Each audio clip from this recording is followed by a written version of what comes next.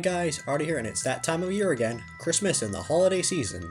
I will be reviewing Dan vs. the Mall Santa in Celebration, the only Christmas episode of the series. To sum it up, Dan needs to get a present for his cat Mr. Mumbles, but is short on cash, so he becomes a seasonal temp worker at the mall along with Chris, who needs money for gifts. The problem arises when the grouchy mall Santa he works with loathes Christmas, is a total jerk, and belittles Dan, so he dishes out revenge on a silver platter. Also, we get a mini side plot with Elise on a mission to take down an assassin under the alias The Snowman, which I'll get to later. The episode starts with Chris stopping by Dan's apartment where he asks Chris for money, but refuses. Dan is such a savage. Chris says last year he gave him $50 to buy him a present and Dan used it to buy a $25 gift card for him.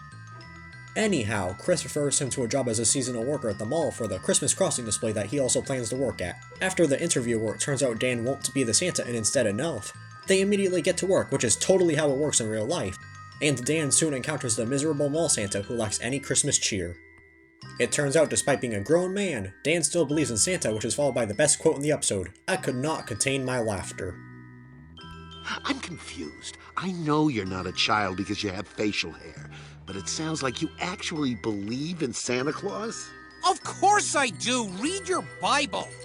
Soon after, they get into a heated argument and clearly do not get along at all, so Dan wants to get rid of the sleazebag mall Santa. And Chris wants no part in this feud.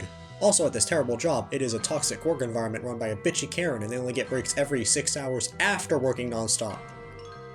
Which I'm pretty sure is illegal in California where the show takes place. Meanwhile, Elise receives intel on the Snowman, an enemy who plans to neutralize Elise. Chris also shows a dislike of the job because of how humiliating it is wearing a snowman costume inside a snow globe and hopes Elise does not find out. When the lunch break ends, the bitter mall Santa instigates a fight with Dan and they all get scolded at by the Karen boss, even though Dan acted in self-defense. Even Chris gets yelled at just because he was a minute late returning from lunch. Definitely the worst atrocity committed in the episode. Ma'am?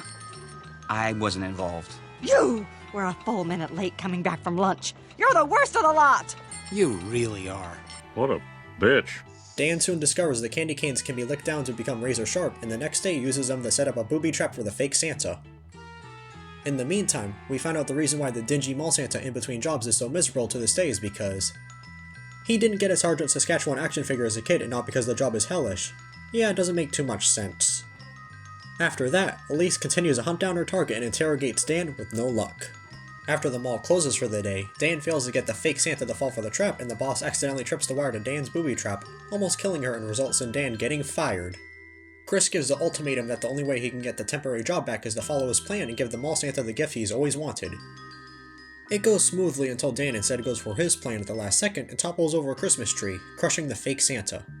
A huge fight ensues where Elise finds out Chris was in the snowman suit all along, amidst the chaos. Also, the mall Santa got fired for mercilessly beating Dan, but we never see said event happen on screen. It just randomly cuts to Dan, Chris, and Elise after it was revealed the Karen boss was the snowman all along and she was arrested by the FBI. At least we get a sweet ending where Dan finally becomes the mall Santa and closes out with him giving Mr. Mumbles the windy snow globe as a present. I thought it was very cute. My first nitpick that it feels like the plot is all over the place and is confusing to keep up with at times, constantly switching back and forth between Dan with the mall Santa, Chris, and Elise, which knocks it down a few points. Not just that, it feels like details are missing, such as when Chris tells Dan off-screen how he can get the job back, but we don't understand what's going on until the final act, which made it difficult to review this episode. The act towards the end was kind of lazy in how the mall Santa hates the holiday all because of a toy he could have bought himself. Maybe it could have been time constraints and crunch when producing the episode, and the hub wanted this episode ready to air before Christmas. However, the good jokes and especially the characterization here is great. It's a nice touch that Dan is loyal enough not to tell Elise about Chris's embarrassing temp job while being interrogated by her. It was tough to categorize this since it was on the verge of being just decent, but overall, this is a good episode. The good outweighs the bad here.